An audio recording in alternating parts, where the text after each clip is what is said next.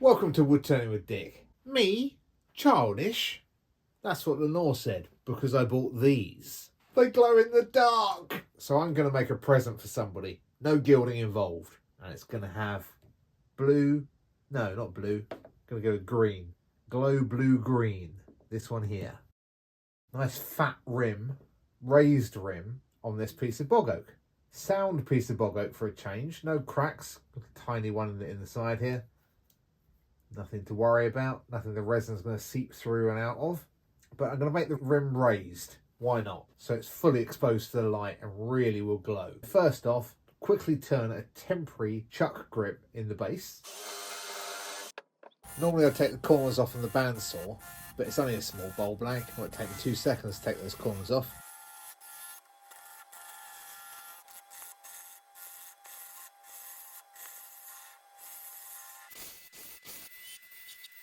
Just a quick temporary grip on the bottom. I'll make it slightly smaller later when I shape the outside. But now let's flip it round and flatten off the top side. Exciting! Not putting a bowl in it yet. I'm just flattening the front face. Straight edge. Ooh, that's almost spot on. Now I'm just going to mark out where to cut the MDF. Chop that up on the bandsaw. Bosh!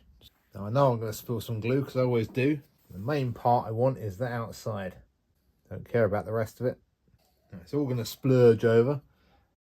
Splurge. Clamp that down nice and firm. I'll leave that for 24 hours. Right. Lovely, that's dried. Just going to find the dead centre again. Right, let's do some shaping.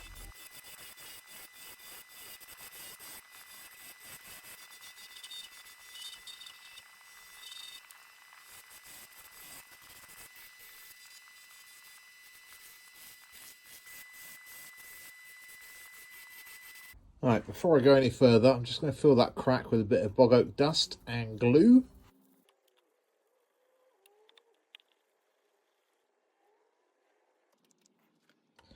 Very pleased with that. That's just a 400 grit finish for now. Appreciate that this bit I needn't have finished, but while you're there with the sandpaper, it makes sense. Quick bit of sander sealer. May as well soak it into the MDF as well, just an extra barrier for the resin not to come through. Gorgeous colours in that bog oak, it's just like gold coming through here. That crack that I filled, can you see it? It was here. Genius. All I'm going to do, not turn the centre of the bowl yet, literally just going to dip down until I hit bog oak and then go into the bog oak a bit further. Ah, bog oak. Right, let's clean those sides up a lot and then I'll be able to get down a bit further into the bog oak. It's a long way from the rest. You'll do. Now I want to get this wall fairly thin, but not too thin that it's too brittle or the resin will seep through it. But there was a trick to that as well. So a little bit thinner. I'm not going to push my luck anymore. It's a fairly even thickness through there. I'm going to smooth it off so there's no cut marks. That's the worst of the cut marks rid of. I'm just going to hoover out round here, get rid of the worst of the dust. Then I've got the last of some Tight Bond, which I'm just going to paint around the inside. Try and get an evenish coat, get it on the MDF as well. That way, the resin will bond to it well, and it won't soak through the MDF because there's a layer of glue in the way. Not too thick, because you don't want the glue running.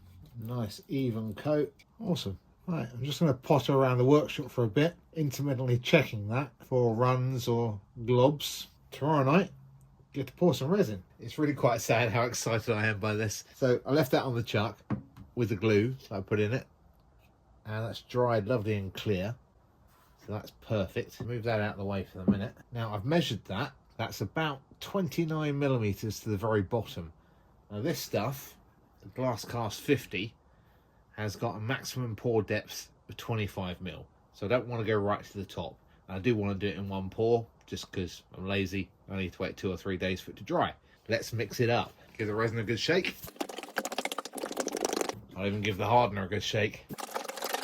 Now I know it looks very cloudy at the moment, but I promise you it does dry clear. Very much an estimate of the amount that I need. I've done 200ml, touch over 200ml of the first part. I'm going to dump a generous helping. I don't know if the colour is going to come out in the camera, but just turn the lights off quickly. Very slight glow green. Put the hardener with it. Just over 100. That'll do. Give it a damn good stir. I'm not going to add any colour to it whatsoever. Stir, stir, stir. I'm so excited. I might have mentioned in other videos that I've created a dump pot. I've put a nice, oddly shaped piece of bog oak into a big pot. So I'm really not worried if I overdo it with the resin, because I'm just going to dump it in on top of that. Ooh, that is very cloudy, isn't it? But with the white from this and the cloudy resin that does dry clear, it's going to be interesting. The other advantage of not filling it all the way up is I haven't got to be careful when I take it indoors to put it on a nice flat surface. I've just leveled this off very quickly, so I can leave it on here in a reasonably warm workshop.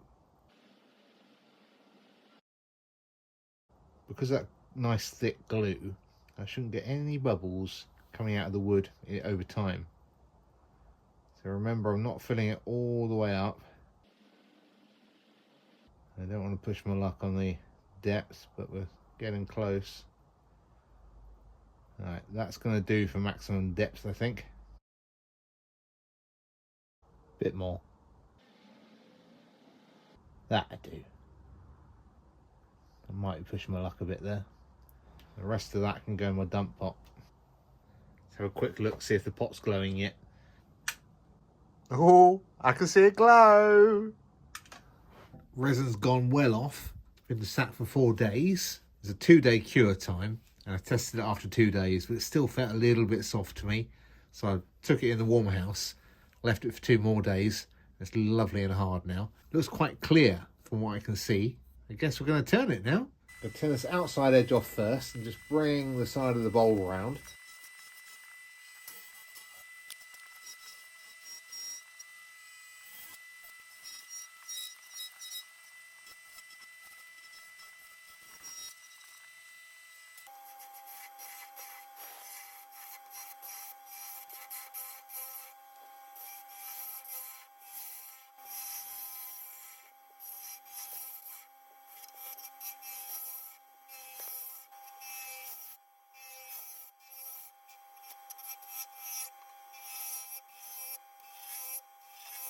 That's close enough for the shaping on the inside.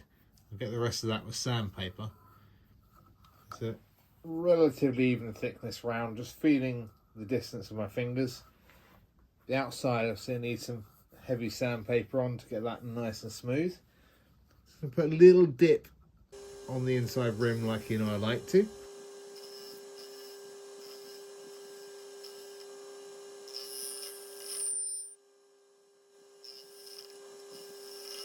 Nothing crazy, just a little bit of something different than just flat.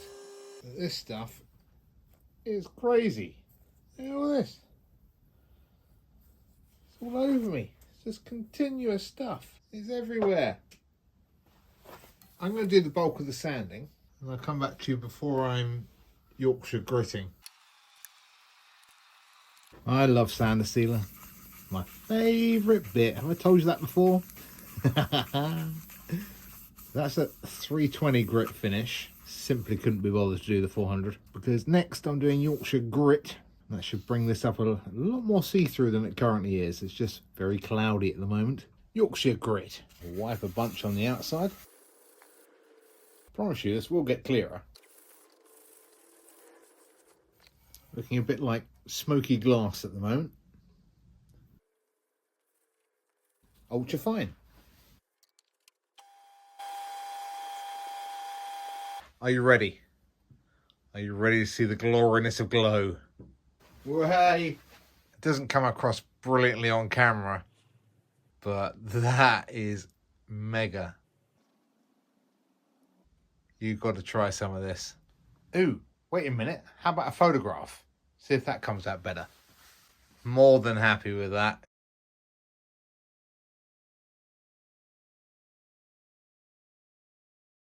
I hate wasting wood. Do the following. Subscribe to my channel, like this video, and put a comment that starts pen blanks, do those 3 things, and your name will go in a hat to win one of these bundles. That'll go to one person, that'll go to another. In about a month's time, I'm going to put all the names in a hat.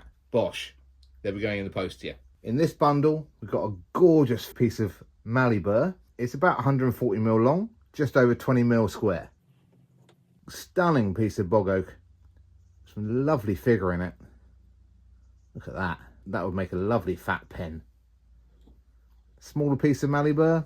Might be able to make a slimline pen out of that. Or one of those fountain pens. It's a bit short. 150mm long. African mahogany. Lovely shimmer in that. Lovely kind of golden tones to it. A bit short. Again, hopefully fountain pen type things. And another piece of bog oak. And in this bundle, similar sort of thing. Just one piece of Mallee Burr. Look at this. It's lovely stuff. Some sapwood in the side of this one. Anyway, I'll put those in the envelopes, ready for the draw in about a month. And do stick around, because I will be doing this periodically. Ta-ta for now.